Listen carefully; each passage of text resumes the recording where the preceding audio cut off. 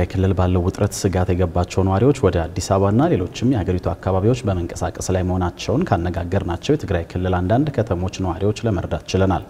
በቅርቡ ካሳለፈው ከባድ ጦርነት ገና ሙሉ በሙሉ ያላገገመው የክልሉ ነዋሪ በአመራሮቹ አለመግባባት ዳግም ጦርነት ይነሳል በሚል ፍራቻ ውስጥ እንደሆነም በስልክ ካነጋገርናቸው የትግራይ ክልል ነዋሪዎች ሰምተናል። ዝርዝር ዘገባው በሰላማዊት ሽፈራው ተዘጋጅቷል።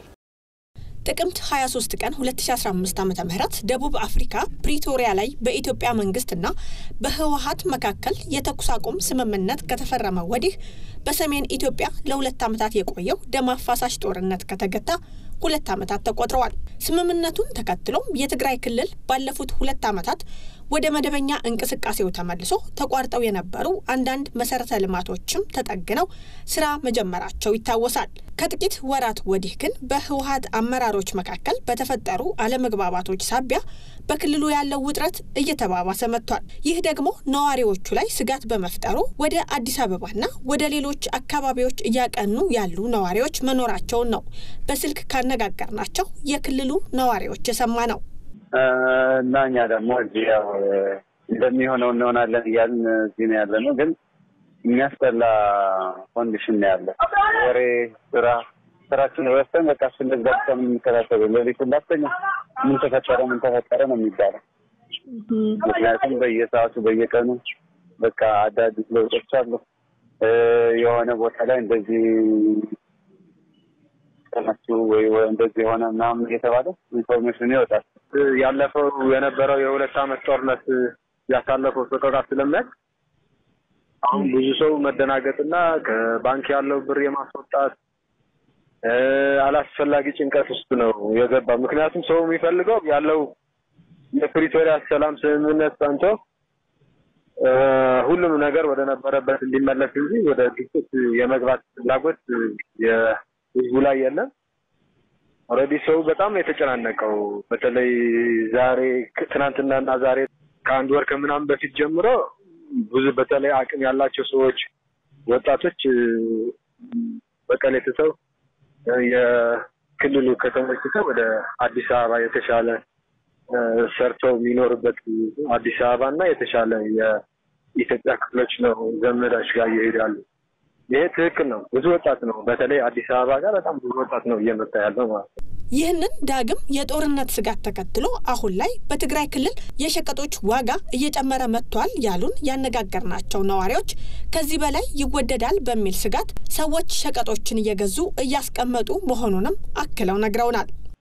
የገበያ ፍላክቹዌሽን አለ፣ በጣም የመጨመር ሁኔታ አለ። በዚህ አጋጣሚ ተጠቅመው በክመር የሚፈልጉት አንዳንድ ህገወጥ ነጋዴዎች ስላሉ በጣም የሸቀጦች ዋጋ የመናርም ታያል።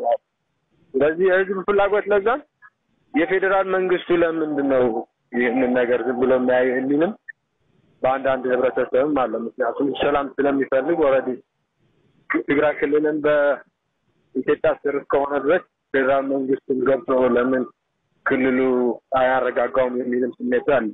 ያለፈውን ጦርነት ስላሳለፈን ይሄኛው የፈጠረብን ትራውማ አለ እና የሆነ ነገር በግለጫ በወጣ ቁጥር በቃ ያለችውን ብር ይዞ ጤፉ ምኑ መግዛት ነው። ምክንያቱም ያለውን ኢንፎርሜሽን እንደነገርኩሽ ትራውማው አለ እና ወደዛ መመለስ አይፈልግም፣ ጦርነት አይፈልግም።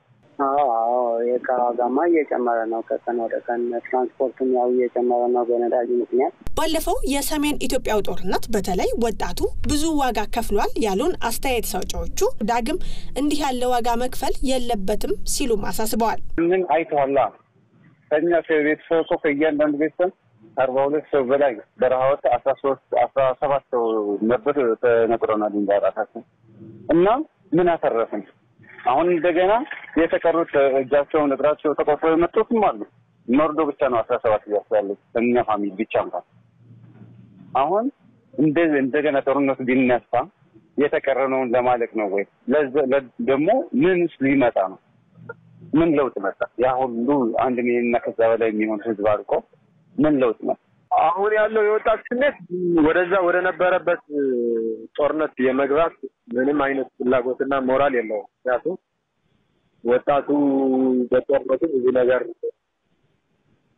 ህይወትን የአካል መጉደል በአይኑ ስላየው አሁን ተፈልጎ አሁን ወደ ጦርነት ጭራሽ የመግባት ፍላጎት በአብዛኛው ወጣት የለም ጭራሽ። ከዚሁ ጉዳይ ጋር በተያያዘ የፌዴራል መንግስትና የዓለም አቀፍ ማህበረሰብ ቀድመው ተገቢውን ኃላፊነታቸውን ካልተወጡ የትግራይ ህዝብ መወጣት ወደማይችለው ዳግም አስከፊ ጦርነት ይገባል ሲል የትግራይ ክልል ጊዜያዊ አስተዳደር ስጋቱን ገልጿል።